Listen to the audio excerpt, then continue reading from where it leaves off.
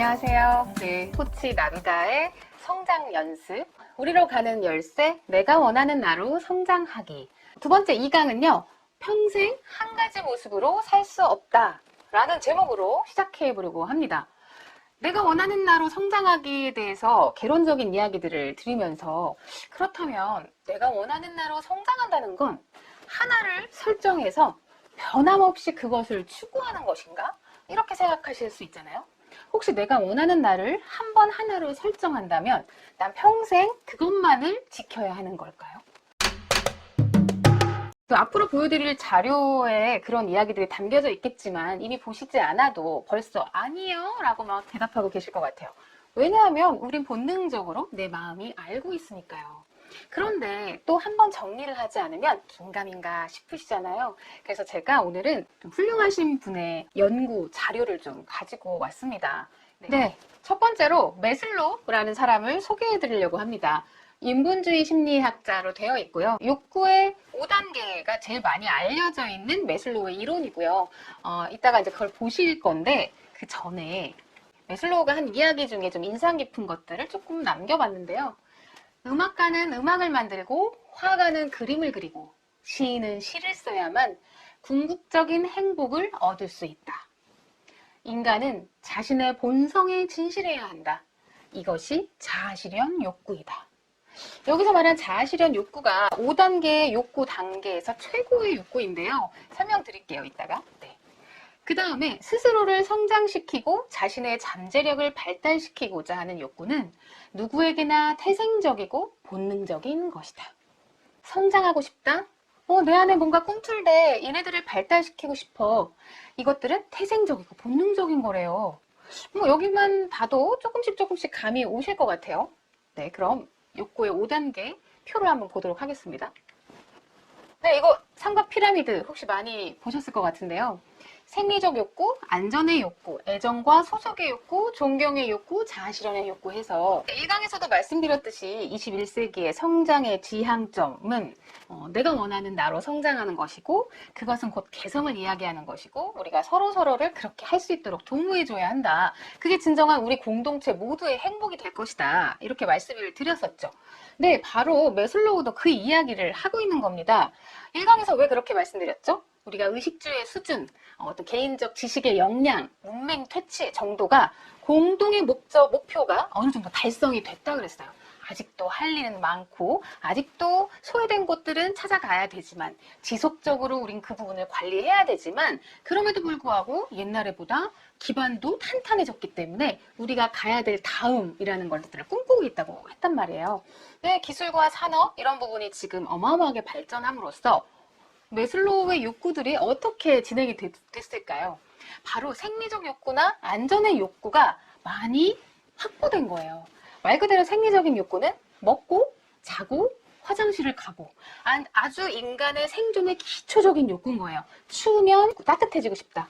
배가 고프면 먹고 싶다. 이렇게 생리적인 욕구들을 당연히 채워야만 인간은 살 수 있죠. 생존의 기본적인 것들, 그 부분들과 안전의 욕구, 위험과 위협으로부터 나를 보호하고 싶다. 위험과 위협으로부터 나를 보호해야 생리적인 욕구를 원활하게 지속적으로 해결할 수 있잖아요. 생리적인 욕구가 지속적으로 해결이 되고 위협과 위험으로부터 안전해지면 그게 바로 뭐예요? 의식주가 잘 해결된 거잖아요. 게다가 우리는 의식주의 수준도 높여놨잖아요. 그쵸? 외형적인 의식주의 수준이 고급져졌단 말이에요. 훨씬 예전에 비해서. 이것들을 하고 나면 그 다음으로 무엇을 하고 싶다? 애정과 소속의 욕구로 넘어간다고 해요. 사랑받고 싶다, 사람들과 어울리고 싶다. 사회적 동물이잖아요, 우리. 나 혼자만 무인도에 살고 있지 않잖아요. 생리적인 것들을 해결했고 위협으로부터 나를 보호할 수 있다면 그 다음으로는 사람들과 어울리면서 사랑받고 싶어 하는 거예요. 그 다음이 뭐냐? 존경의 욕구라고 했는데, 존경을 좀 쉽게 표현하면 인정의 욕구예요. 너 가치 있는 사람이야.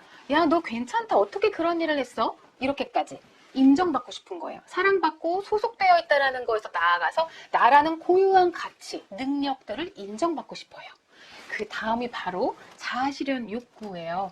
아까 음악가는 음악을 만들고 시인은 시를 쓰고 이런 부분으로 자아실현 욕구를 예를 들었는데요. 말 그대로 자기가 만족하는 삶이란 무엇일까? 내가 만족하는 삶이란 무엇이지?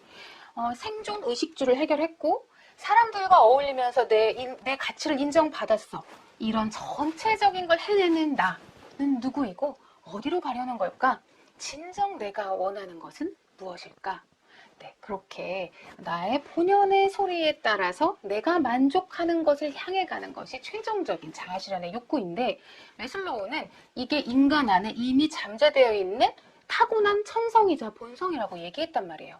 그럼 우리의 성장 과정이라는 게 이렇게 흘러갈 거면 여러분들이 만약에 최소한 이 정도가 되어 있다면 당연히 일로 가시겠죠. 일로 가실수록 어떤 부분이 더 발현된다? 개성이 더 발현된다. 내가 원하는 나로 성장하고 싶어 하는 거예요. 이건 모두가 갖춰야 될 요소라면 내가 원하는 나로 성장하고 싶은 욕구는 위로 갈수록 그 지점과 만나는 거겠죠.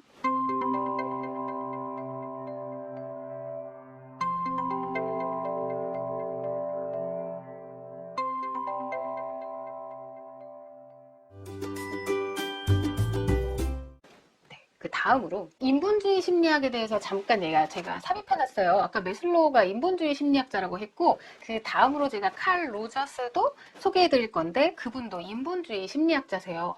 그렇다면 제가 왜 인본주의 심리학자 두 명을 먼저 소개하게 됐을까요? 근데 제가 인간이 인간답게 성장하는 것이 무엇이고 인간이 인간으로서 행복한 것이 무엇일까에 대해서 화두를 던졌고, 물론 저는 인간을 비롯한 주변의 다른 많은 동물과 자연과 지구촌, 지구 자체까지도 고려하고 있지만 그걸 고려하는 저는 누구이다? 인간이다. 이걸 보는 여러분도 인간이잖아요. 그래서 인간을 연구한 사람들의 이야기를 모으다 보니 인본주의 심리학자에게 굉장히 관심을 가질 수밖에 없었어요. 한번 읽어드려 볼게요. 인간의 자유의지와 자기실현에 초점을 두고 인간을 각자의 실존적인 경험과 주관적인 감정을 통해 세상을 지각하는 자유롭고 능동적인 존재로 규정하는 심리학이에요, 심리학. 네, 말이 좀 어렵나요?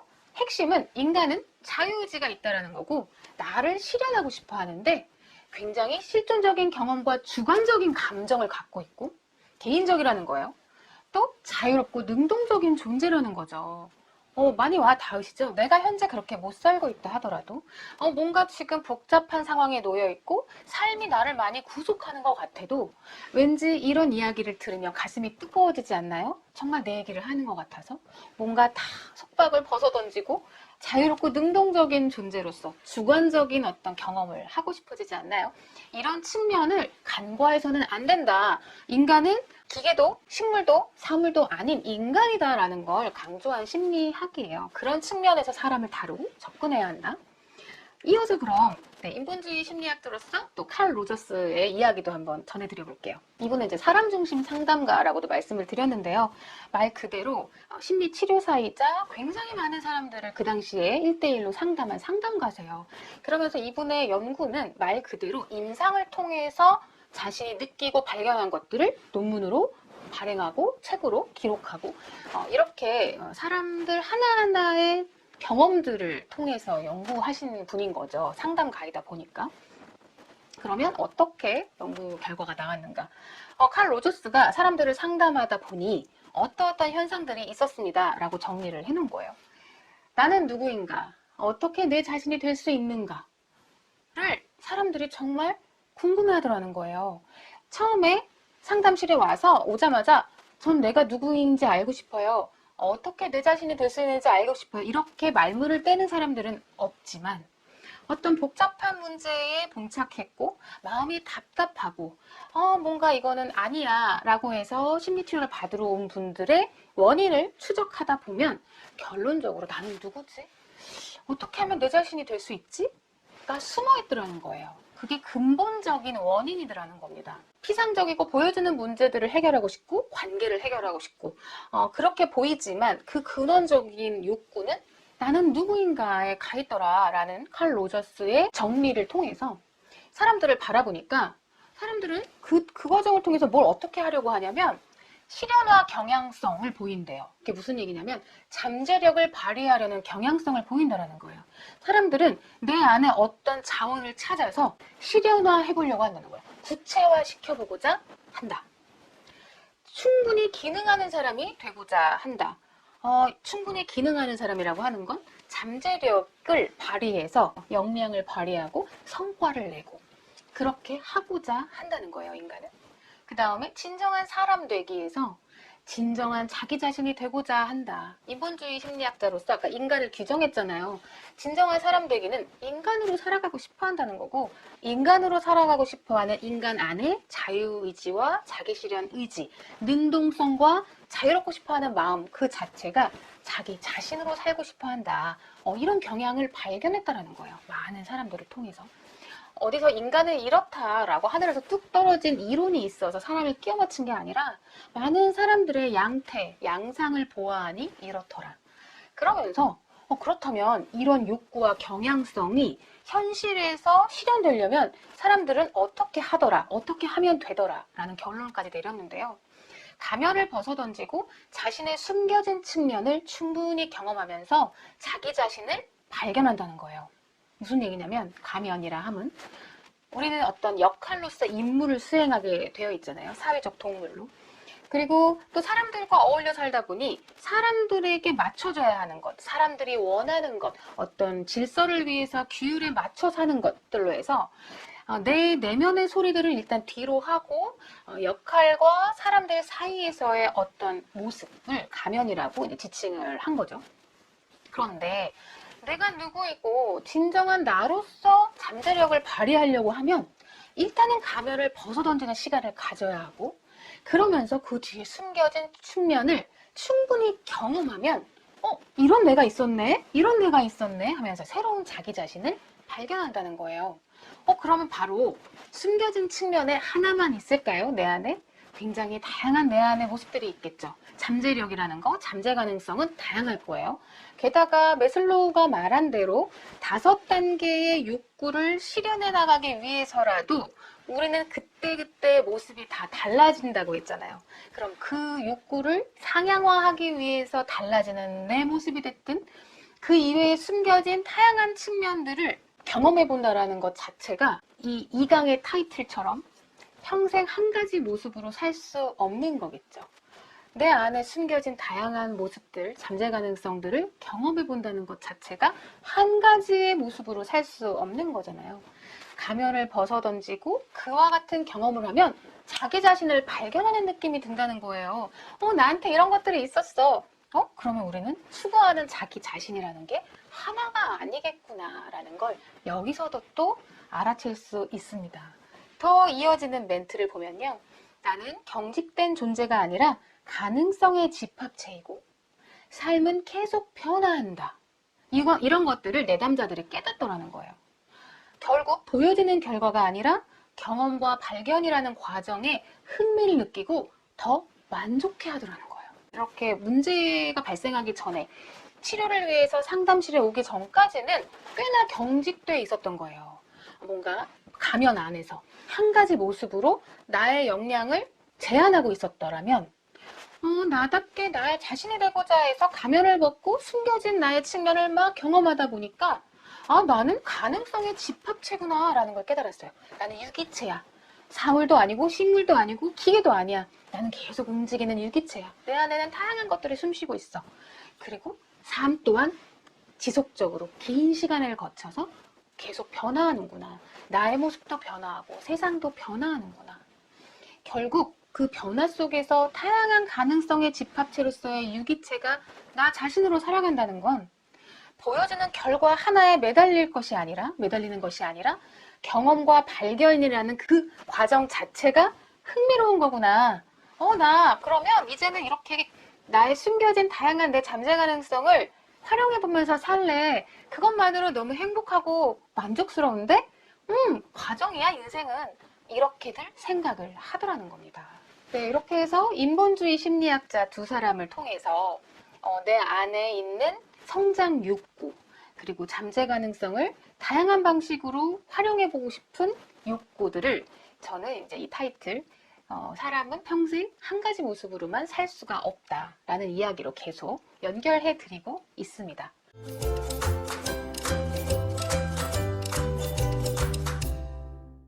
다음으로 알프레드 아들러를 소개해드리려고 하는데요. 20세기가 아마 진짜 심리학의 문을 연 시대가 아닐까 싶고, 정신분석의 장을, 지평을 연 또 세 사람이 있어요.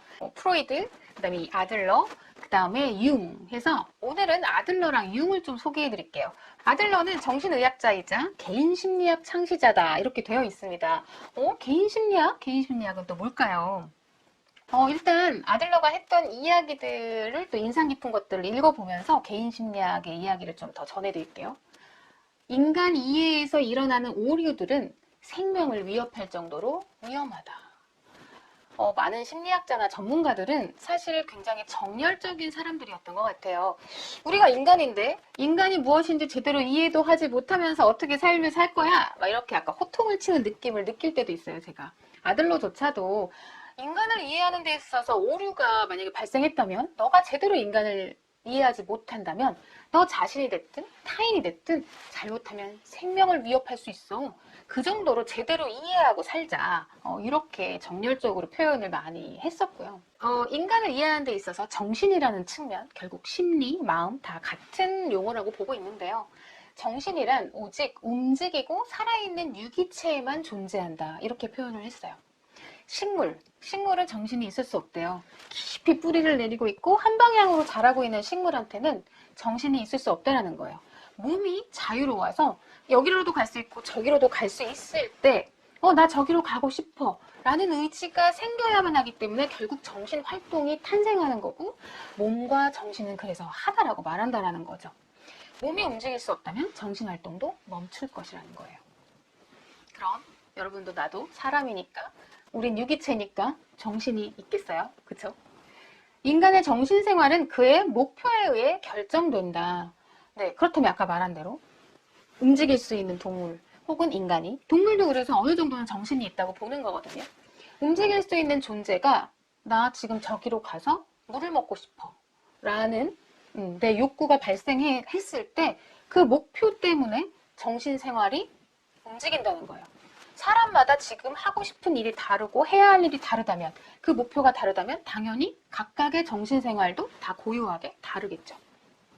그 다음에 열등감에 대한 보상, 인정과 우월감을 위한 노력, 이를 위해 타고난 잠재력이 특정한 소질로 형성된다.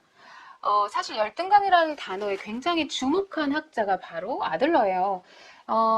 결국 인간은 각자의 조건과 환경과 상황에 따라서, 경험에 따라서 결핍과 부족함이 다 달라요. 개인적으로. 개인적인 부족함과 결핍 때문에 스스로 열등감이라는 감정을 일으킬 수 있어요.